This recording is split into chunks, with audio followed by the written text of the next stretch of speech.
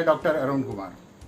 आज हम लोग कोरोना वायरस हेल्थ और सेफ्टी के बारे में चर्चा करेंगे। हॉस्पिटल जाते समय किन बातों का रखें ध्यान।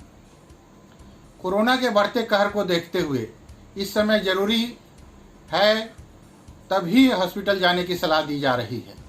इस समय बहुत सारे हॉस्पिटल ऐसे हैं जहां पर कोरोना के मरीजों का इलाज चल रहा है। ऐसे में अगर किसी इमरजेंसी के चलते हॉस्पिटल जाना पड़ता है तो हमें अपना विशेष ध्यान रखने की आवश्यकता है।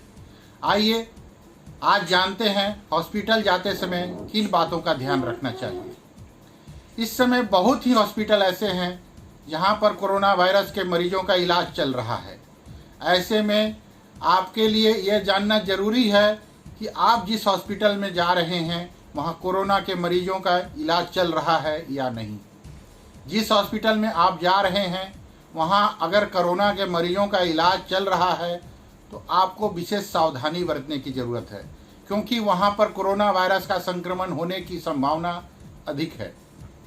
अस्वस्थ व्यक्ति में कोरोना वायरस का संक्रमण होने की संभावना अधिक रहती है।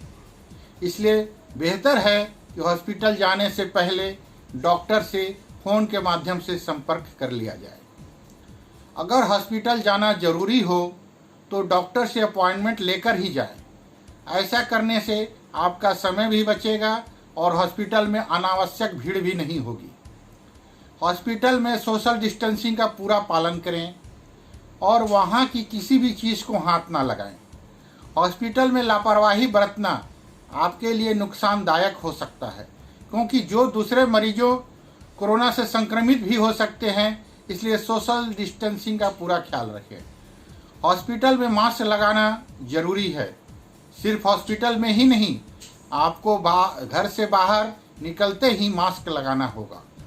एक रिपोर्ट के अनुसार मास्क लगाने से कुछ हद तक इस वायरस से बचा जा सकता है। आपको साफ सफाई का विशेष ध्यान रखना होगा। समय समय पर अपने हाथों को साबुन और पानी से धोते रहें। अगर साबुन और पानी उपलब्ध नहीं है तो सैनिटाइजर का प्रयोग करें।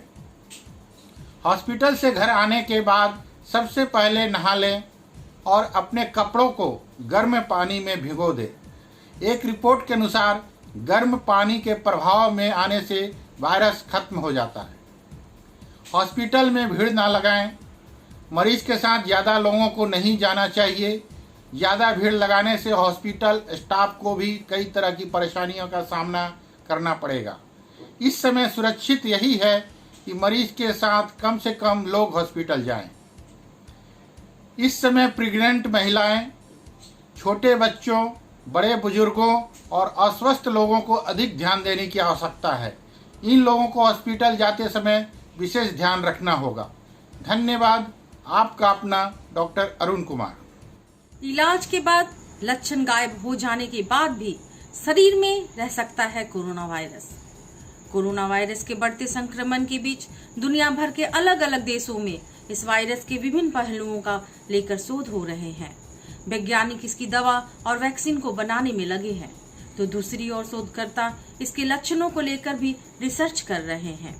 हाल में ही हुए एक रिसर्च में बताया गया है कि इलाज के बाद कोरोना के लक्षण गायब हो जाने के बाद भी मरीज के शरीर में कोरोना वायरस की उपस्थिति हो सकती है। शोधकर्ताओं का कहना है कि इसलिए इस महामारी को रोकना चुनौती भरा है। आइए जानते हैं इस रिसर्च के बारे में। शोधकर्ताओं ने दावा किया है कि जिन मरीजों को रिसर्च सैंपल के तौर पर लिया गया है उनमें से आधे मरीजों में बीमारी के लक्षण गायब होने के बाद भी वायरस पाया गया। शोधकर्ताओं ने कोविड-19 के हल्के संक्रमण वाले 16 मरीजों का अवलोकन किया और इस नतीजे में पहुंचे। उन्होंने बताया कि इस स्टडी में जिन रोगियों के नमूनों का विश्लेषण किया उनके रिपोर्ट निगेटिव आने के बाद भी उन्हें ठीक समझा गया और अस्पताल से छुट्टी दे दी गई है। उन्होंने कहा कि आधे यानी 16 में से 8 मरीजों में वायरस को प्रसार हो ही रहा था। मालूम हो कि कोरोना वायरस के शुरुआती लक्षण सर्दी, खांसी, बुखार और वायरल फ्लू से मिलते हैं। इसको लेकर बहुत सारे लोगों को सामान्य सर्दी, खांसी, बुखार या फ्लू में भी कोरोना संक्रमण होने का डर हो जाता है। हालांकि इसमें घबराने की बात नहीं है।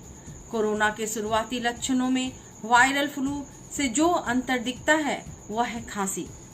कोरोना संक्रमण की स्थिति में व्यक्ति को सूखी खांसी होती है।